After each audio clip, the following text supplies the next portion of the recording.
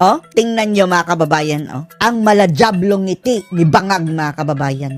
Tandaan nyo po ang itsurang yan mga kababayan. Isusumpa natin ito habang buhay. The worst president in Philippine history. Pinaka-traidor sa lahat ng traidor mga kababayan. Abot tenga ang ngiti matapos pong ipagkanulo si PRRD sa ICC.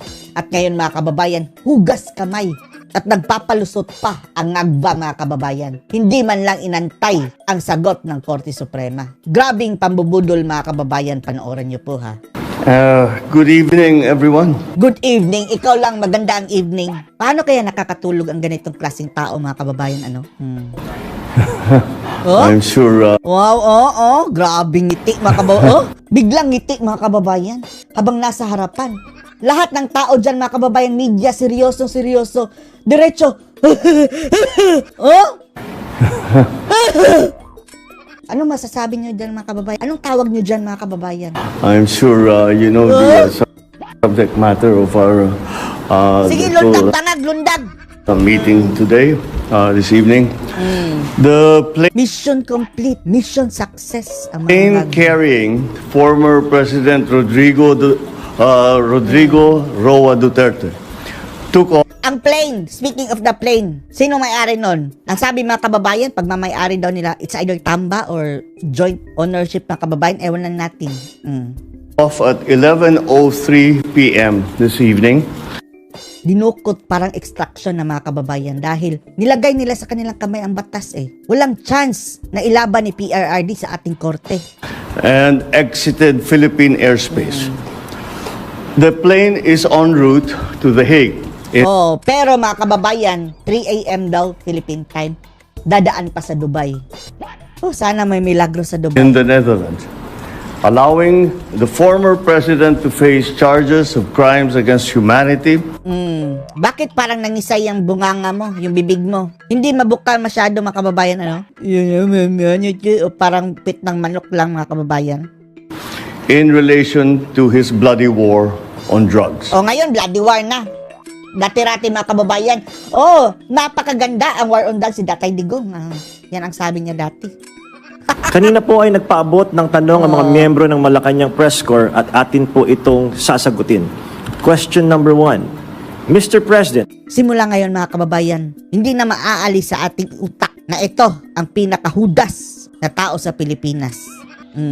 meron po bang pisikal na kopya ng warrant of arrest laban kay dating Pangulong Rodrigo Duterte mula sa ICC? Bakit hindi nyo pinakita? At alam nyo ba mga kababayan, ang procedure mga kababayan doon sa ICC, dapat dumaan muna ito sa local courts mga kababayan dito sa Pilipinas. Pinadaan ba sa korte? Yung hiling nga sa Korte Suprema mga kababayan ni PRRD, ongoing pa mga kababayan, pero regardless, kahit pa mali sila mga kababayan dito sinabangag, natupad na ang kanilang gusto eh. Naihatid na nila si Digong sa ICC. At yan lang ang kanilang purpose. Kaya wala nang batas-batas mga kababayan sa kanila. Oh, meron. This came in. Actually, it came in. I received it from Oh, sure, ano ba yung bunganga mo? Bakit hindi mo mabuka? from Secretary Remulla. I received it at 3 Parang ano mga kababayan, no? Tunog na stroke. a.m. last night. Oh, last night. And I looked at it and we went back and forth. 6:30, he wrote me again and he said, we have it already. We have the warrant of arrest from the Interpol. At walang pulis ang Interpol mga kababayan, ginamit talaga ang ating kapulisan. Oh. At kung idadahilan niya mga kababayan, member kami ng Interpol, member kami ng Interpol. Hello! Yung Interpol mga kababayan, kung alam nyo lang, it's a government to government agreement yan.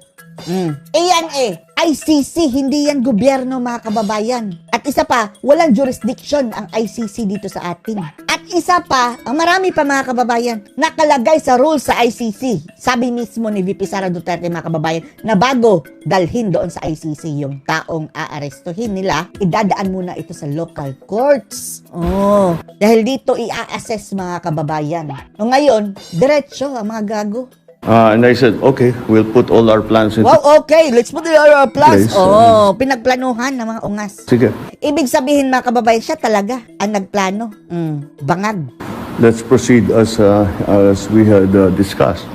Now, that's what's happened. Kung si Tatay Digong, mga kababayan, sana hindi mangyari, mga kababayan, na malagutan siya ng hininga doon. Eto mga kababayan ang dahilan ng kanyang kamatayan. Pagdurusahan ito, everlasting, mga kababayan, ang kanyang mga kasalanan doon sa dagat-dagatang apoy. So yes, there is a very clear Ngayon, oo. Oo, yun talaga. Oh. Biglang tumatawa, mga kababayan. No? Anong tawag dyan?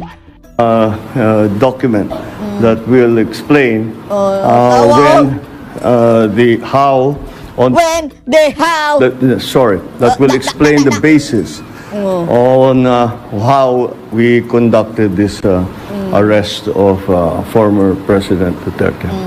Tapos mga kababayan, bakit minadali?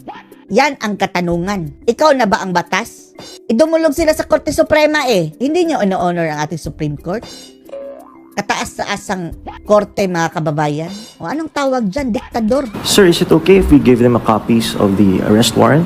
Photocopies of the arrest warrant? Ang Would that lingkot be possible? ng bibig nito si BBM, no? Do we have limitations on that? We have the limitations, but we can. We have here the SILG who has been, of course, part and parcel of the entire operation. We will provide the PCO with a digital copy.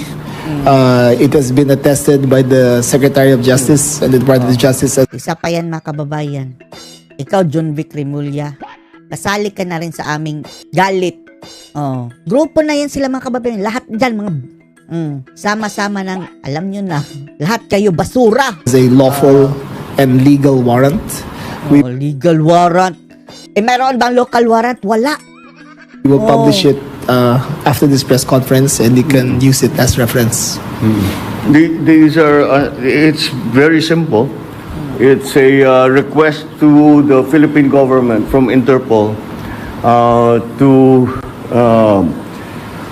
enforce.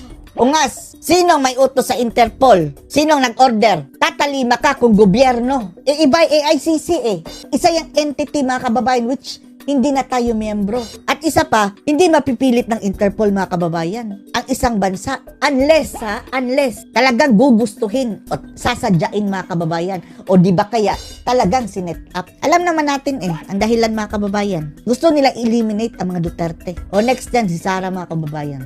Tandaan nyo, si Sara na ang next. Hindi man ICC, pero i-impeach sila yan. Ngayon pa lang, alam nyo na. Sige, impeach nyo. Akala nyo, hindi lang si Sara ang tatakbo? Andyan pa si Pulong at si Baste. Hindi nyo mauubos at once. Pero ang tatakbong mga Duterte, again, mga kababayan, mananalo yan. Dahil sa galit dito sa ungas na to. The arrest warrant. And of course, we comply with our commitments. Wow, comply! Kailan ka ba na-comply ng batas? Wag na kayong makinig dito sa explanation ng mambubudol, mga kababayan. Palusot lang nila iyan na Interpol. Sinong nag-utos sa Interpol, di ba? Eventually, ICC.